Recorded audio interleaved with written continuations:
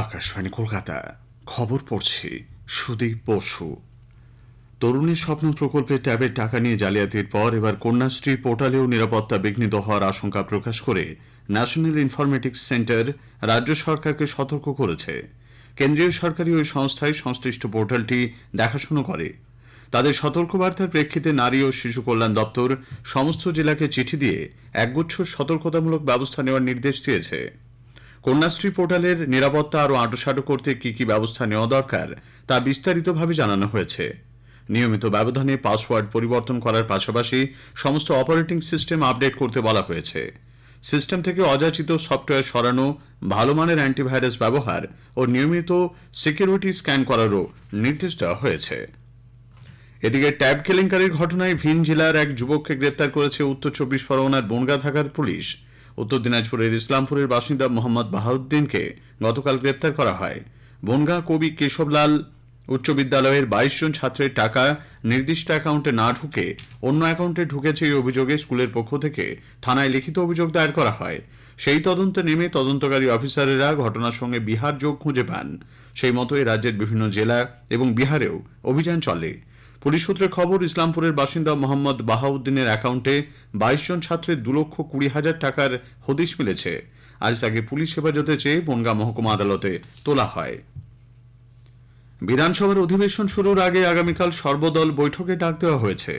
আগামী সোমবার অধিবেশন শুরুর আগে অধ্যক্ষ বিমান বন্দ্যোপাধ্যায়ের পৌরোহিত্যে এই বৈঠকে অংশ নেওয়ার জন্য শাসক তৃণমূল কংগ্রেস ছাড়াও বিরোধী বিজেপি ও ইন্ডিয়ান সেকুলার ফ্রন্টের পরিষদীয় দলকে আমন্ত্রণ জানানো হয়েছে।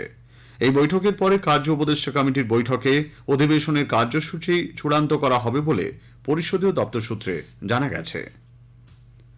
নারী ক্ষমতায়নে লক্ষ্মীর ভাণ্ডার প্রকল্পে অনুদান বৃদ্ধির আবেদন জানিয়ে পুরুলিয়ার বিজেপি সাংসদ জ্যোতির্ময় সিং মাহাতো মুখ্যমন্ত্রী মমতা ব্যানার্জিকে চিঠি দিয়েছেন। দেশের মধ্যে এই রাজ্যে মুদ্রাস্ফীতির হার সবচেয়ে বেশি, জিনিসপত্রের দাম আকাশছোঁয়া হওয়ায় বর্তমান অনুদান যথেষ্ট নয় বলে চিঠিতে উল্লেখ করেছেন তিনি।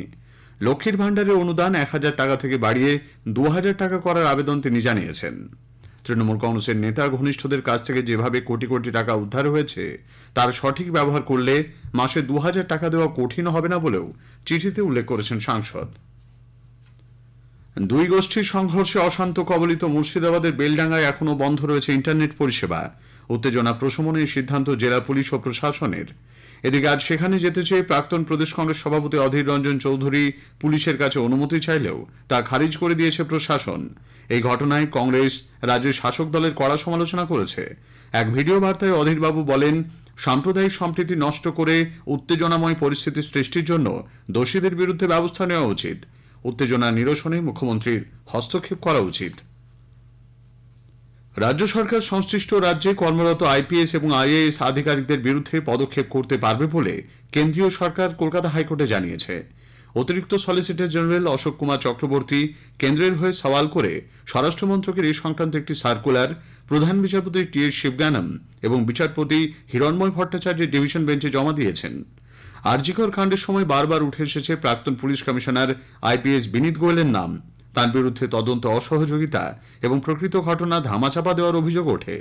অপসারণের দাবিতে শুরু হয় জনবিক্ষোভ। এরপরই বিনীত গোয়েলের বিরুদ্ধে পদক্ষেপের দাবি জানিয়ে হাইকোর্টে আবেদন জমা পড়ে। ভারতীয় সেনাবাহিনীর প্রধান জেনারেল উপেন্দ্র দ্বিবেদী নেপালি সেনাবাহিনীর প্রধান জেনারেল অশোক রাজ সিকদেলের আমন্ত্রণে 5 দিনের সরকারি সফরে কাঠমান্ডুতে রয়েছেন। জেনারেল দ্বিবেদী 5 সদস্যের একটি প্রতিনিধি দলের নেতৃত্ব দিচ্ছেন। ভারতীয় সেনাবাহিনীর প্রধান এবং প্রতিনিধি দলকে ত্রিভুবন আন্তর্জাতিক বিমানবন্দরে নেপালি সেনাবাহিনীর সামরিক অপারেশন বিভাগের প্রধান মেজর জেনারেল প্রেম ধ্বজ অধিকারী স্বাগত জানান।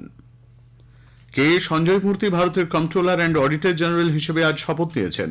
রাষ্ট্রপতি দ্রৌপদী মুর্মু আজ সকালে রাষ্ট্রপতি ভবনে তাঁকে শপথ বাক্য পাঠ করান। তিনি গিরিশচন্দ্র মুর্মু স্থলাভিষিক্ত হলেন। সঞ্জয় মূর্তি এর আগে শিক্ষা মন্ত্রকের উচ্চশিক্ষা দপ্তরের সচিব হিসেবে দায়িত্ব পালন করেছেন। বাংলাদেশে অন্তর্বর্তীকালীন সরকার আজ নতুন নির্বাচন কমিশন গঠন করেছে। 5 সদস্যের এই কমিশনের নেতৃত্ব দেবেন প্রাক্তন সচিব এএমএম নাসির উদ্দিন। তিনি আগামী 5 বছরের জন্য প্রধান নির্বাচন কমিশনার সিইসি হিসেবে দায়িত্বভার পালন করবেন। 2009 জানুয়ারিতে তিনি অবসর গ্রহণ করেন। প্রধানমন্ত্রী নরেন্দ্র মোদী এই মাসের 25 তারিখ নতুন দিল্লিতে ভারত মণ্ডপমে আইসিএ গ্লোবাল কোঅপারেটিভ কনফারেন্সের উদ্বোধন করবেন। আজ নতুন দিল্লিতে এক সাংবাদিক সম্মেলনে সমবায় মন্ত্রকের সচিব ডক্টর আশিস কুমার ভুটানি একথা জানিয়েছেন। খবর শেষ হলো।